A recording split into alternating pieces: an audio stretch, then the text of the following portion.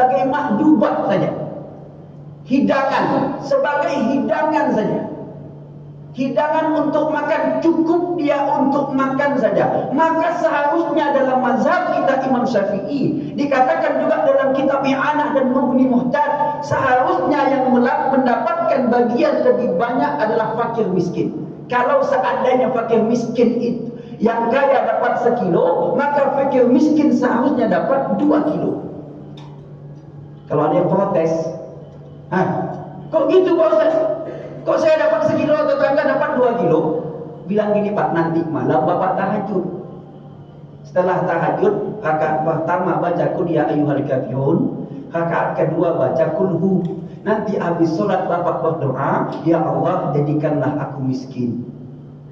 Nanti kalau Bapak sudah miskin, ku kasih 3 kilo Pak. Maka daging kurban itu mahdubatun lil fuqara wal masakin. Daging kurban itu adalah milik orang fakir dan milik orang miskin Pak. Kenapa? Karena tujuan utama daripada kurban itu adalah memberikan makan daging kepada orang yang tak pernah makan daging.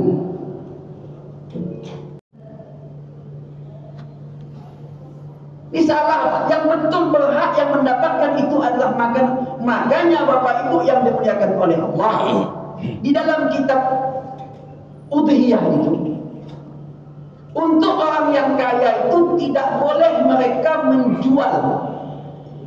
Mereka tidak boleh menjual bagian kurban mereka, karena kurban itu tidak menjadi imtilak kullil ghani.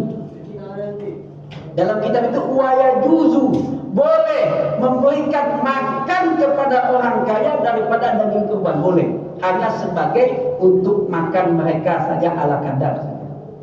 Tapi untuk orang miskin menjadi hak milik. Untuk orang miskin menjadi hak milik, maka orang miskin itu boleh menjual daging kurban yang mereka dapatkan.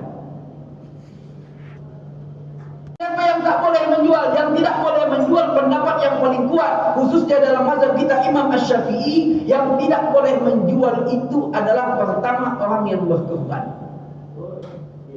Tak boleh jual. Dan tak boleh jadi upah. Nanti yang ingin bertanya silakan siapkan pertanyaannya Pak. Sengaja saya gantung-gantung supaya banyak yang bertanya Pak. Karena dalam kitab taklim itu, ada setan yang kerjaannya suka keliling dalam majelis ilmu. Setan itu berbisik, kau jangan tanya. Kalau kau tanya kau dibilang bodoh. Apa kata bapak tuh? Oke tan, aku tak tanya. Karena kenapa Pak? Ketika satu orang bertanya, nanti sebab pertanyaannya orang lain tahu, maka dia dapat pahala. Diamalkan sama orang itu, dapat pahala lagi dia. Maka nanti silakan siapkan pertanyaannya untuk masalah kurban Bapak Ibu yang dimuliakan oleh Allah. Maka Bapak Ibu yang dimuliakan oleh Allah Subhanahu wa taala, fikih kurban ini ada ketentuannya. Tidak sembarangan. Ada SOP, standar operasional kurban, yang harus kita ikuti, yang harus dipegang oleh panitia-panitia kurban. Tidak boleh sembarangan Pak. Pertama, daripada pemilihan hewan kurban, tidak boleh membeli hewan kurban yang sakit, yang picak matanya, yang putus telinganya, yang putus Pak, tapi kalau terbelah saja. Biasanya kalau kayak di Padang, ketika saya di Magelang itu telinganya itu digunting. Karena kerbau mereka itu lepas gitu saja, sebagai tanda digunting lah telinganya. Kalau telinga pecah, telinga tergunting, itu tetap boleh untuk dijadikan kurban. Yang tidak boleh kalau terpotong sedikit ataupun banyak. Kemudian yang pincang tak boleh, yang pincang tidak boleh. Bahkan dalam kitab Sarhul Muhadzab itu, kalau seandainya, tapi ini pendapat